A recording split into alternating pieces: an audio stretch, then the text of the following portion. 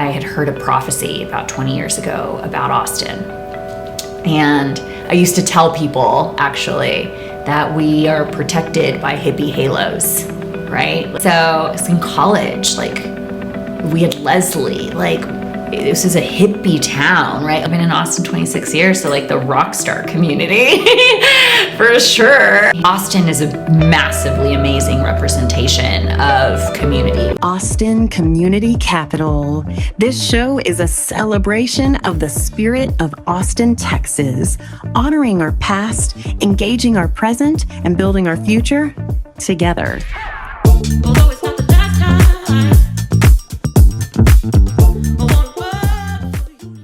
Desiree, it's so great to have you on the show. You were first introduced to me as an intuitive and heart-led community builder.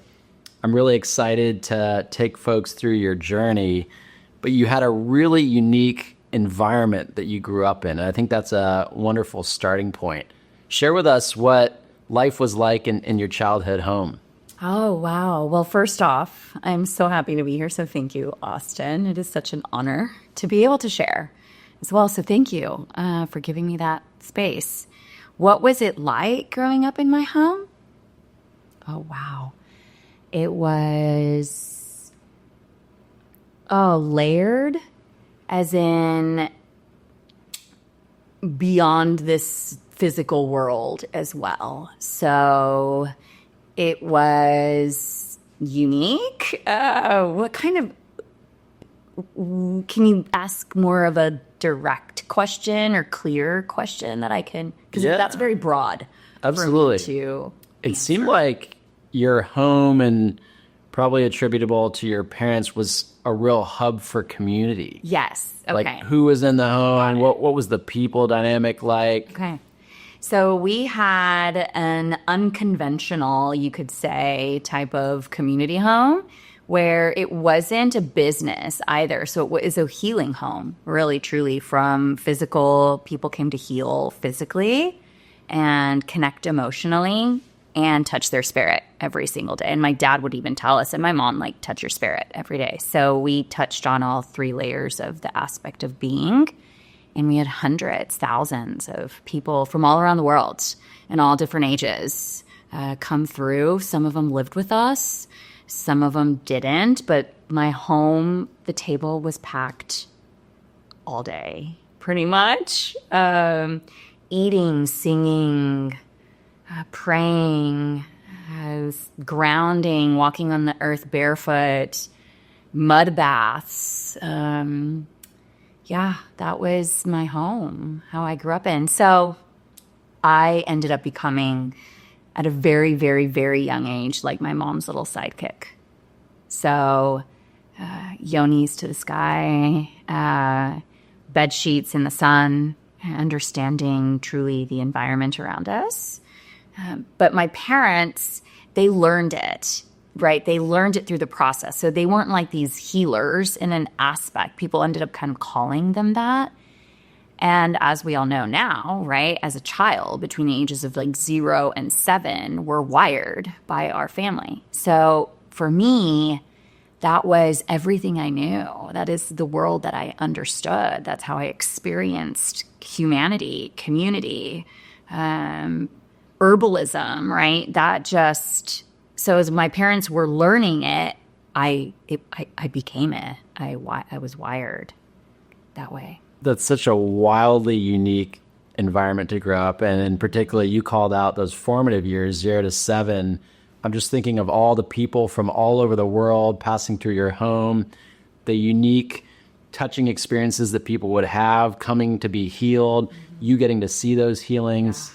And I feel like the characteristics and maybe the values of your parents that enabled that are probably quite intentional. Like, what would you call out about your parents? How can we get to know them that really created this type of community? Well, they started it really, truly, it was like a God home. So it was way more, we're not religious. They also are very, very clear on not liking religion, right? But it was very Christianity focused. So that's how it started. People would come to our home for prayer meetings, for a plethora of meetings. My mom had a mini background working with curanderos and curanderas in Mexico, where she grew up. And when people would come, it ended up evolving when I was very, very, very young it first started with not one of her friends, it started way before that, but a massive impact was one of her friends who got breast cancer. And that's when it really started to she came to live with us. She was a VP of a bank, married, kids, right? And they misdiagnosed her. And that's when my mom super dove into the holistic approach. And then we still had all of the prayer. We had prayer meetings. Every morning I grew up, since I was born, having what we called morning watch at 7 a.m. With my dad, my mom, my brother, our family had to have it every single morning. My mom didn't believe in waking us up with alarms or lights. It was always songs and hymns. That would be nice. Oh, beyond. So I learned that really young, right? As in I understood, or it took me some time to understand, but I processed it as I knew that other people were waking up with alarms, and by conversation, by the stories that I hear all the time. And in our home, she really did not believe in that. She understood that when we come out of sleep, we're in a different type of state. So we hit hymns. And one of them is a good morning song that I still remember to this day. And she'll still sing it to me to this day. And when she would put me to bed to sleep, me and my brother and whoever else was there, it was also stories of the Bible, right? Kids' stories, though. And so I literally was going in, and they're lessons more so. It was not very scriptural. It was just really sweet kids' stories. But can you imagine that environment, waking up and our juice and the grounding? And so everything she was learning, I got wired. I got built in that space. So really, really unique. Beautiful rhythm of life. And I like your wording of you got wired, you got built. As I understand it, that propelled you into a curiosity of learning more and educating and seeking different paths to learn and grow. What did that look like?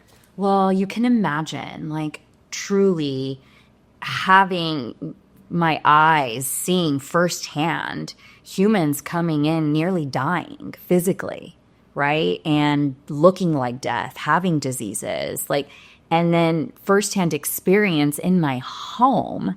People would call it heaven on earth at the time, or even if they were older, they'd call my mom Mama, which is interesting. But to have firsthand experience of seeing this human transform, right? And come out and feel good and go back home. And that was, you can only imagine, massively impacted. It was, understanding that these humans would come into my home and through singing and love and mud baths and herbs, and that was it. There was no doctorate before my family's mates, right? There was no, it was very simple. So how did this come to be when everyone else is really sick and in these medical systems? So I learned very quickly, very young, of our medical system, which was completely meant to destroy us, right? To keep us sick, to keep people in sickness. And so, yes, in that moment, I was so young. I was creating recipes with my mom. I dove into, I told you, my first line of studies was the energetics of food. And I was 10 years old at the time. So then I started creating recipes, right? Then I studied Chinese medicine, because that's the energetics of food is what took me into all of these places, right? It's food, how it's grown, the makeup of food. If we understand how it affects the body, then if it's a chemical, or not a chemical, chemistry is what I mean, right? It's built out of chemistry, minerals, vitamins, and it affects the body in a certain way. And then we become, or we can perform or whatever, then, oh my God, that food, that was it. Ingredients, one food. That took me into organs, That took me into understanding and learning Chinese medicine, which then is organs are connected to emotions, right? Meridians. And yeah, that's where it all started. You've Where it all started. exposed me to a power of food that I didn't fully know exists, or you're shedding light on a lot of areas of what food can do and unlock and how connected it is to certain parts of the body. It's also fun to think about the power of food to connect people. Like, I love this phrase, breaking bread together. It's amazing to see even healing that can happen, probably more relationally or in community, that happens just through the power of food. So food has multiple powers. Yeah. Pretty incredible. Yeah, people, we hang out in the kitchens when we go to people's houses. Yeah. Right. So I guess there in that conversation, yes, like what is food to the human being? It's safety, it's survival. So yeah, you're right. Right. In community, being able to eat and then others eating, that fulfills a survival aspect of our beings. So even, yeah. So then there's the layer of that. Totally. So I love the initiative that you leverage to go out and learn about these alternative forms of medicine, learning Chinese medicine, learning about the power of food, learning about the connection to organs. And somewhere along the way, you found yourself into real estate. Yeah. We share that as our real estate focus. What did that path look like? The guests are here. The balloonies are perfectly chilled. The outdoor heaters actually working. And I didn't do any of it. While I'm mingling, Loyal is ensuring the caviar is plated and the ice is fresh. Don't just host the party. Actually enjoy it. Loyal Home Concierge. We manage the vendors. You handle the compliments. What opened up that direction for you? What opened up real estate was tragedy. Really, really pretty big tragedy. And through that tragedy, I say, and God had a different plan for me, because never in my wildest thoughts was I going to be a real estate agent, a realtor, right? In real estate, it's like I mentioned to you, it was like I talk to organs, like I track bodies, I live in the ether, and real estate is the most grounded, earthly, right, tangible thing. And then the world and the system has made real estate also very money driven, money focused, shark, right? People call it the shark industry. And it is. People are aggressive, right? And so that's what opened it up for me, was tragedy and God. So before then, I had always alternative medicine, like I said. And this is kind of really before the world really opened up to understanding wellness as a form of feeling good and being able to do the things people want to do. And there's so many different layers to it. But it was like hitting walls all the time because my mission, since I was little, right, having all these people come through my house in pain. And their pain, though, was stories. Their pain was their experiences that then creates a vibration in the body. And we aren't taught how to move that vibration. We aren't taught how to move stress from the body so it accumulates, right, these stories. So and that's why I dove into the foods, and that's why I dove into the Chinese medicine and the Ayurveda, because that helps the body move, right? And if we can do that, if all humans can do that, then we're less dense. We are lighter. Then we're vibrating from the inside out, and that changes the world, right? Versus outside this way. And so my mission of being like, oh gosh, if we could all just be, and the stories just be a part of our story, not holding on and letting it move through. People would just be a lot more peaceful and more joyful, right? And so it was very challenging to teach, even because I taught a lot, was you become what you consume, and not just through your mouth. It was like teaching through your eyes, through your ears, through everything, through your skin and body, through the people. That's why they say, tell me who your 5 people, in Spanish is, dime con dónde está. Tell me who you hang out with, or tell me the 5 people you are with, and I'll tell you who you are. So that just also tells you, it's like, how is that? Because I'm listening, I'm consuming who is around me. Right? And 2 questions off of that. And we can go here if you're comfortable, but you mentioned this tragedy that brought you into real estate. If there's a story there you're comfortable sharing, I'd love to hear that. And then the people. Who were the people as part of this kind of major pivot or calling? And I hear it as a calling that you had into real estate. Like, who were the people that were part of that story too?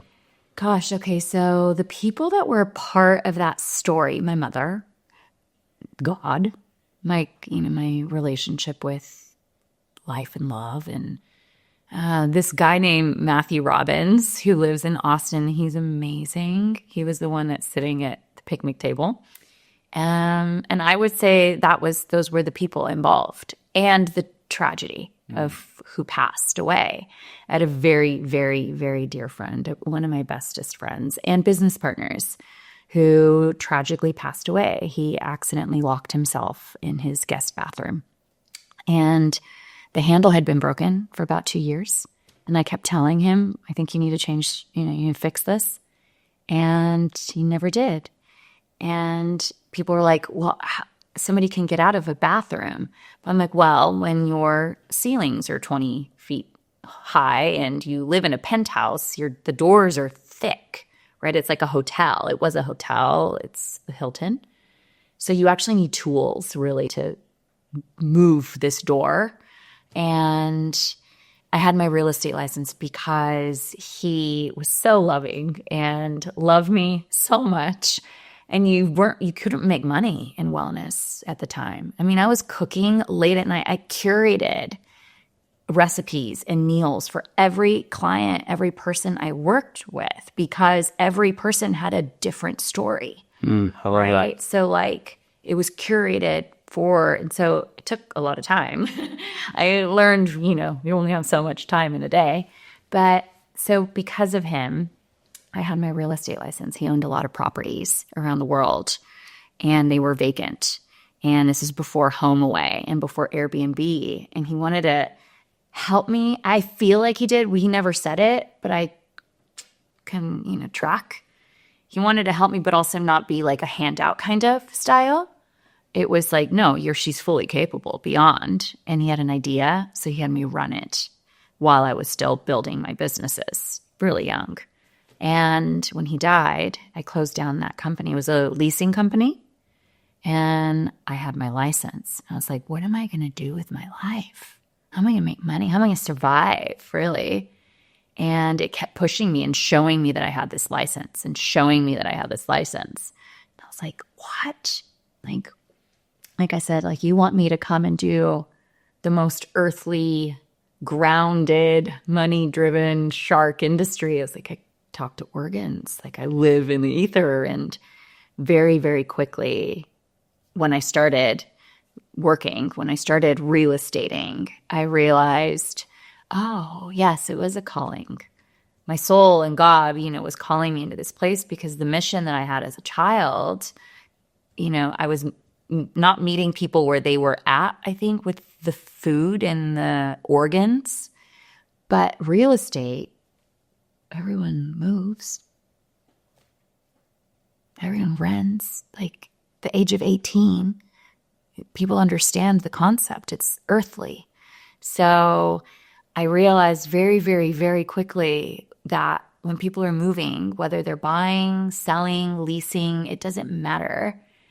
All of the stories start coming to the surface. Oh yeah, it's a big event, stressful, significant. Yeah, Absolutely. totally. People, the first question is like, what's your budget? Not the first, right? But it's an important one, because then we have a direction. So when you start bringing up money, that's also really big for people to talk about. People don't like to talk about it. Then it's money stories, childhood woundings. I need to be here because it means this about me, safety, belonging, right? And then you bring in couples, then you're having two people involved, right, with their ways of processing information as well, or their dynamics, or how do they make decisions in their relationship.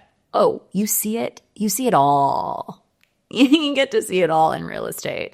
So I got to use the tools that I had for humanity and beings. And so I got to go into those places and help my clients and help people make decisions or feel more peaceful or see their patterns. Analysis paralysis happens a lot. For men, in my experience, men, all they want to do is make their woman happy. When it comes to the house, they're like, and also, then there's am I making a right or wrong? Right, or you're in real estate. So yeah, right or wrong decision. That is a big thing, the right or wrong. And there's paralysis there. So it's understanding, why is there paralysis there? Right? And helping people see that there are really just two choices. It's not this massive. And then also there's no such thing as permanent. That's another freeing, very freeing feeling. The lightness starts to come, and then decisions can be made. So real estate became my fun soul's calling. Yeah. You're a guide. You're in Aspen, or maybe Italy, and your phone pings with a freeze warning back in Austin. Panic? Nope. You have Loyal.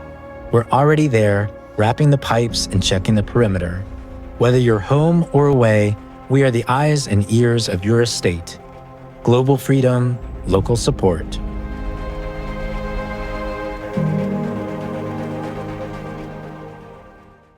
This type of leading and facilitation with a decision as significant as this, that's so valuable to people. And something I picked up in your path into real estate, what I heard is you were showing up for your community.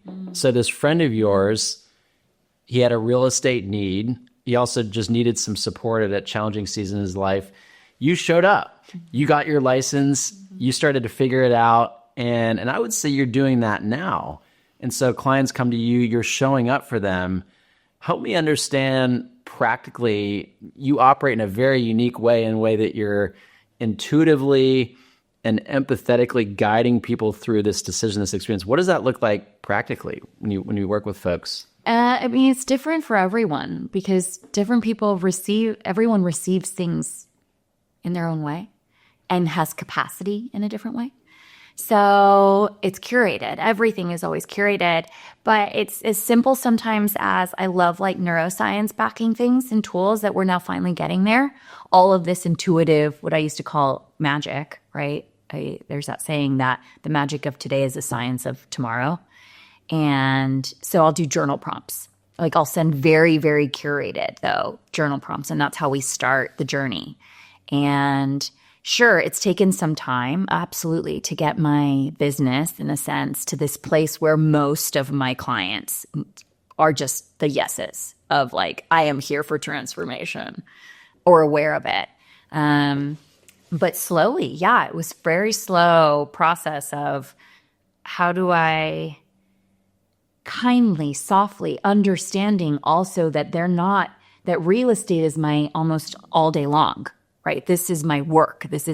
I also understand that these humans have careers, have children, right? They have this whole other massive life, right? That, yeah, I wish in the perfect world would be we have a container and this is the container. So there's a give and take. There's a dance, kind of like anything. Sometimes I do journal prompts.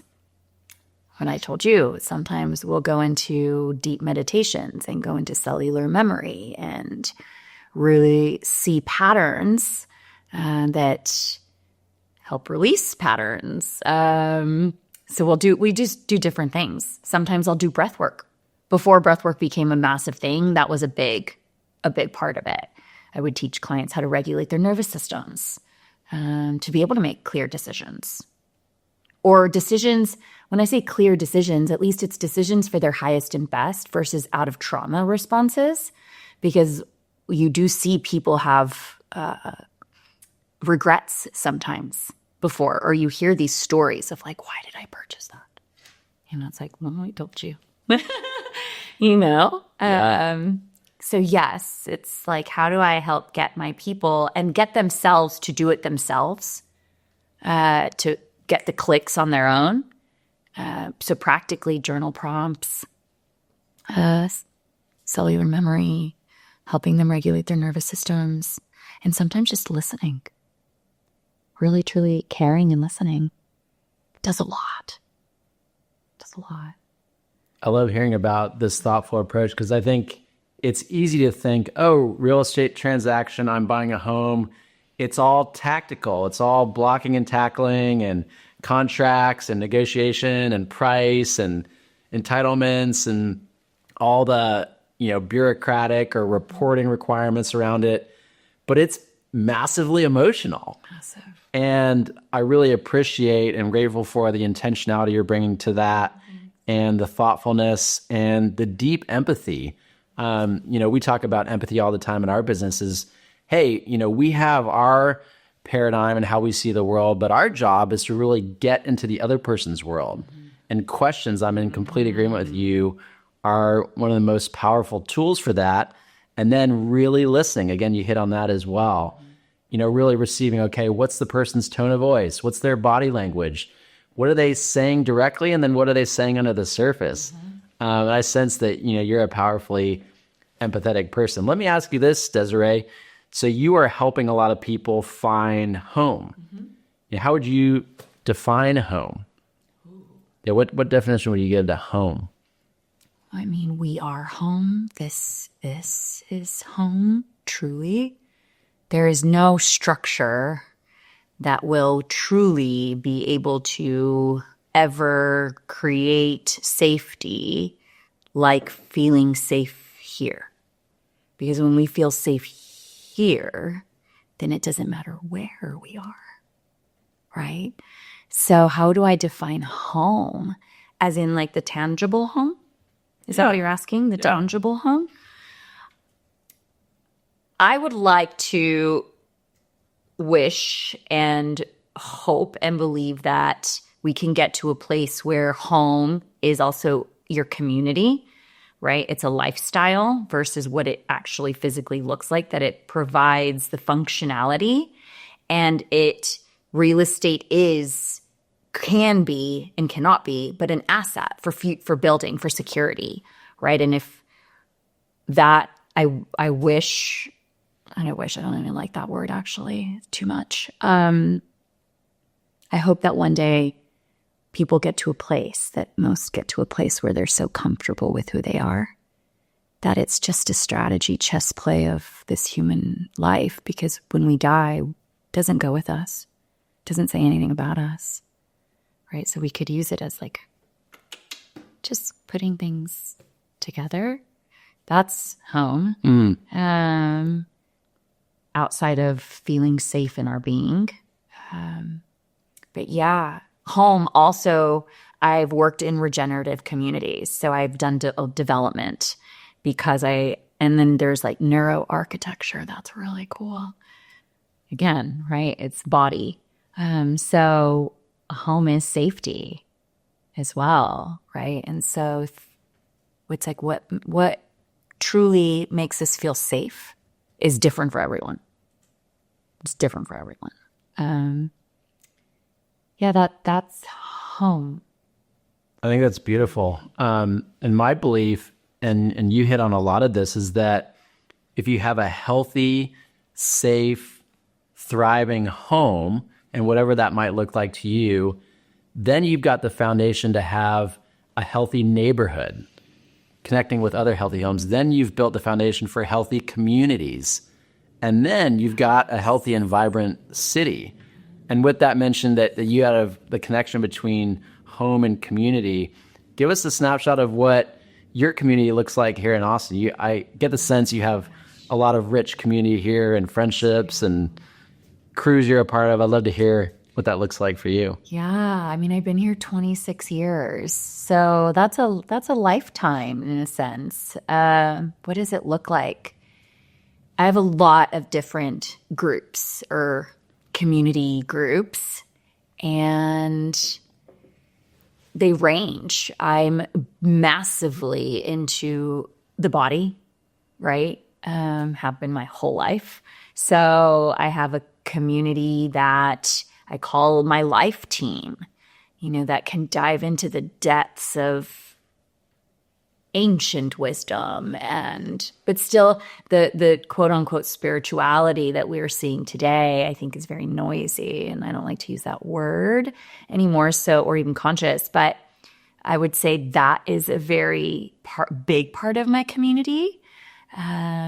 Women, oh my gosh, women is we're really healing, I think, right now, women wounds, girl wounds that have happened for a very long time. At least we're talking about it. My other communities, oh my gosh. I mean, I've been in Austin 26 years, so like the rock star community for sure was a part of mine. And they're all over. You wouldn't take a Ferrari to a quick lube. So why are you managing your estate with a magnet on the fridge? Your home is an asset. Treat it with dignity. Loyal Home Concierge provides white glove stewardship for Austin's most discerning homes. Proactive care. Absolute discretion your investment deserves.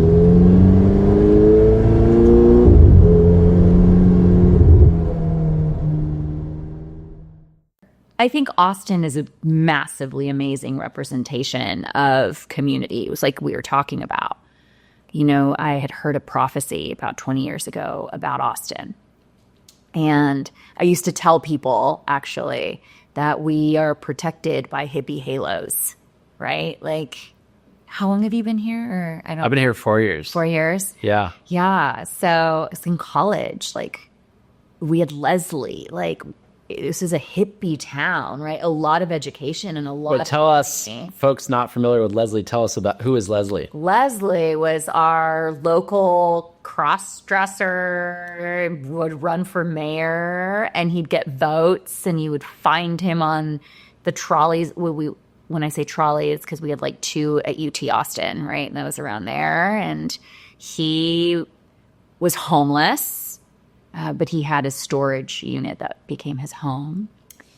And yeah, just a vibrant character that people just let be. So that was a lot of Austin. And we didn't crash in 2008. And I tell that, so talking about community, yes, right? Austin didn't crash in 2008. And Real estate wise, you're talking economy. The economy did not crash in 2008. And I was like, in my theory, because I don't know really truly, right? I don't know if anyone really truly does, but in my theory it was because we were local. Everything's local.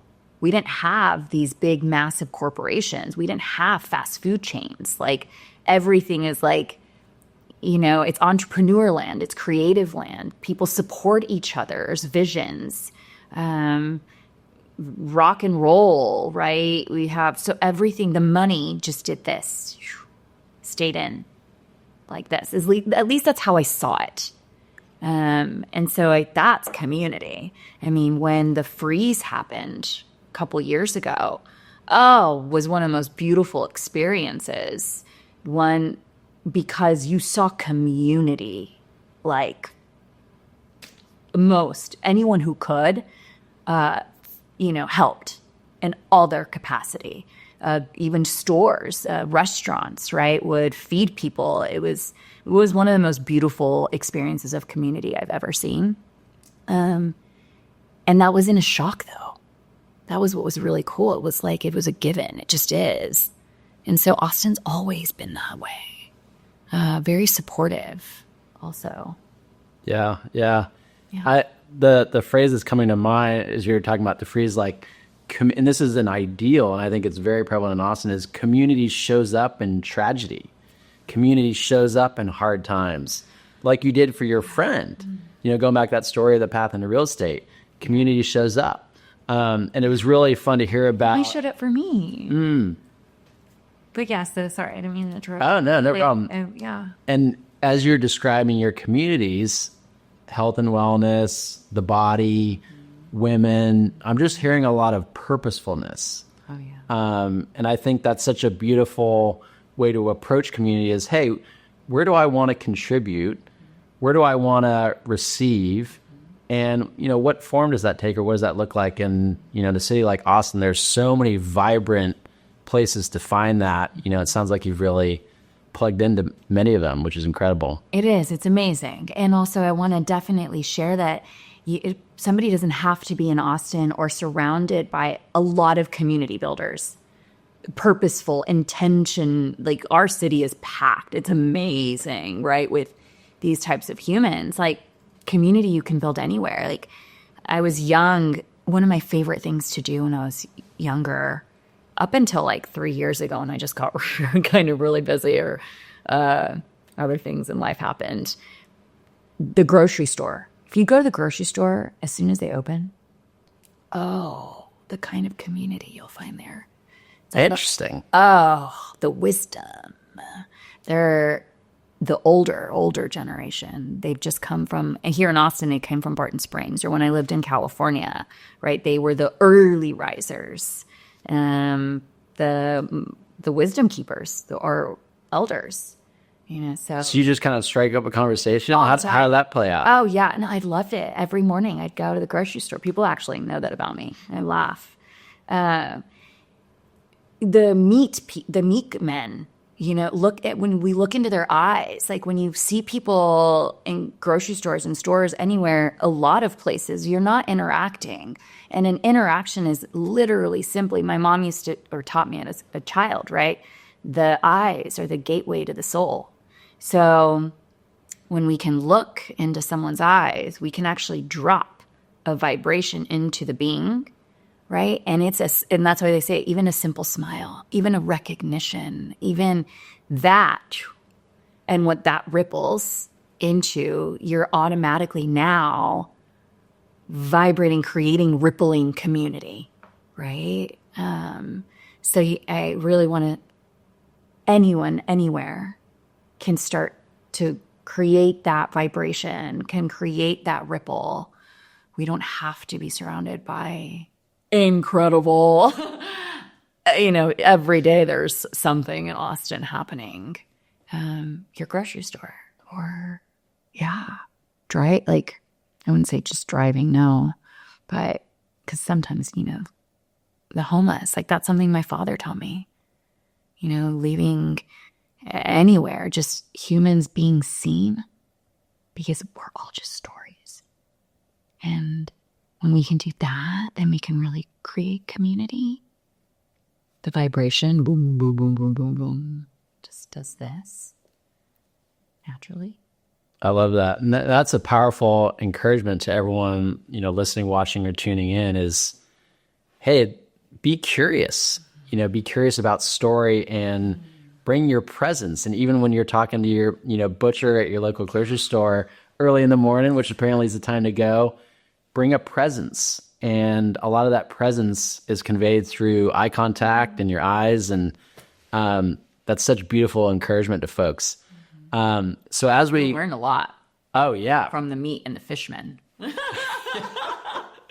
Wealth of wisdom. Well, I bet we could riff all day on the incredible stories that you have from all these interactions, that because you're bringing your full presence and that spirit of empathy, you're having these powerful connections with folks. And if people are looking for a different experience in real estate and wanting to unpack their story and be guided along in a thoughtful way that you do, how can they find you, and how can people connect with you following the episode? I guess Instagram is easy these days. My email.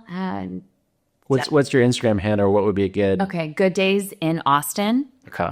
And then my email is Desiree at gooddays.com.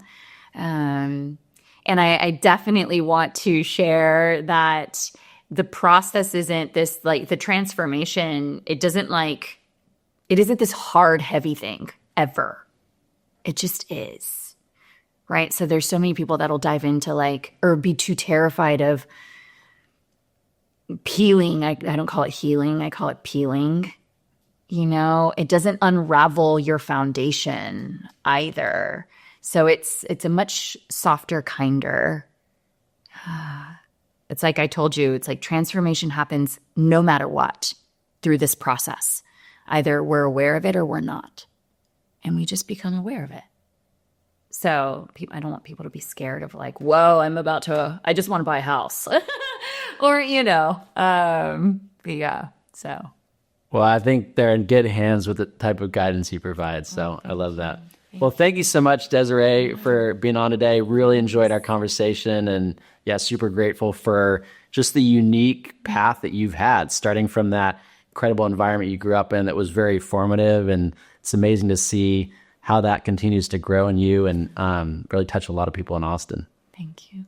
Thanks for having me as well. Absolutely. And amazing. I'm so excited to follow and witness the rest of your podcast, of this journey of the other community builder people. Yeah. I mean, we're all building community, right? Because we're all alive. It's like, what kind of community are you building? Totally. I'm excited as well. Thanks for having me. Absolutely. Thank you for joining us for this episode of Austin Community Capital. This show is a celebration of the spirit of Austin, Texas, honoring our past, engaging our present, and building our future together. If this conversation sparked something in you, a new idea, a feeling of connection, or just a good laugh, pass it on. Share this episode with a fellow Austinite or a loved one who needs to hear it. Let's keep weaving this fabric of community together. This show is proudly presented by Loyal Home Concierge. At Loyal, we believe that a healthy, thriving city starts within the four walls of your home. We are passionate about supporting overextended executives, the moms and dads who do it all, and the couples who take life by storm. Because we know that when your home life is supported, you are free to support the ones who matter most. Your kids, your wife. Whether you need a proactive manager for your home or a creative problem solver for your next big adventure, we are here to help you design a life of intention. LoyalHomeConcierge.com. Let's make life a little more beautiful together. Stay loyal to your community, and we'll see you next time.